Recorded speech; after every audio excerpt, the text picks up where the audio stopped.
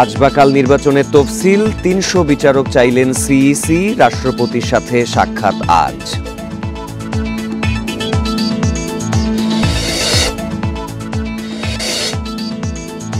জামায়াতের মধ্যে ফ্যাসিবাদ দেখছে এনসিপি, তারেক রহমান ফিরলে বাধা বা সমস্যা কোনোটাই নেই।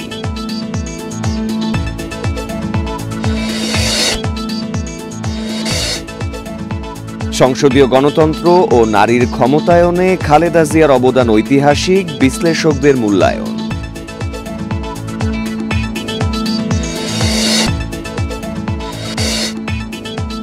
চট্টগ্রাম বন্দরের বে টার্মিনালে অর্থায়ন প্রক্রিয়া এগোচ্ছে, নকশা ও সম্ভাবনা যাচাইয়ে বিশ্বব্যাংক।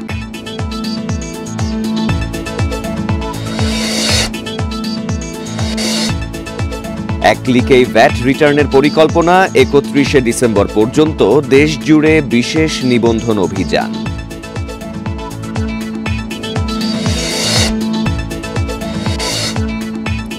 সিলেটে সড়ক বিভাগ ও সিটি কর্পোরেশনের দ্বন্দ্বে হচ্ছে না সংস্কার, ৫৬ কিলোমিটার সড়কে বেহাল ভোগান্তি।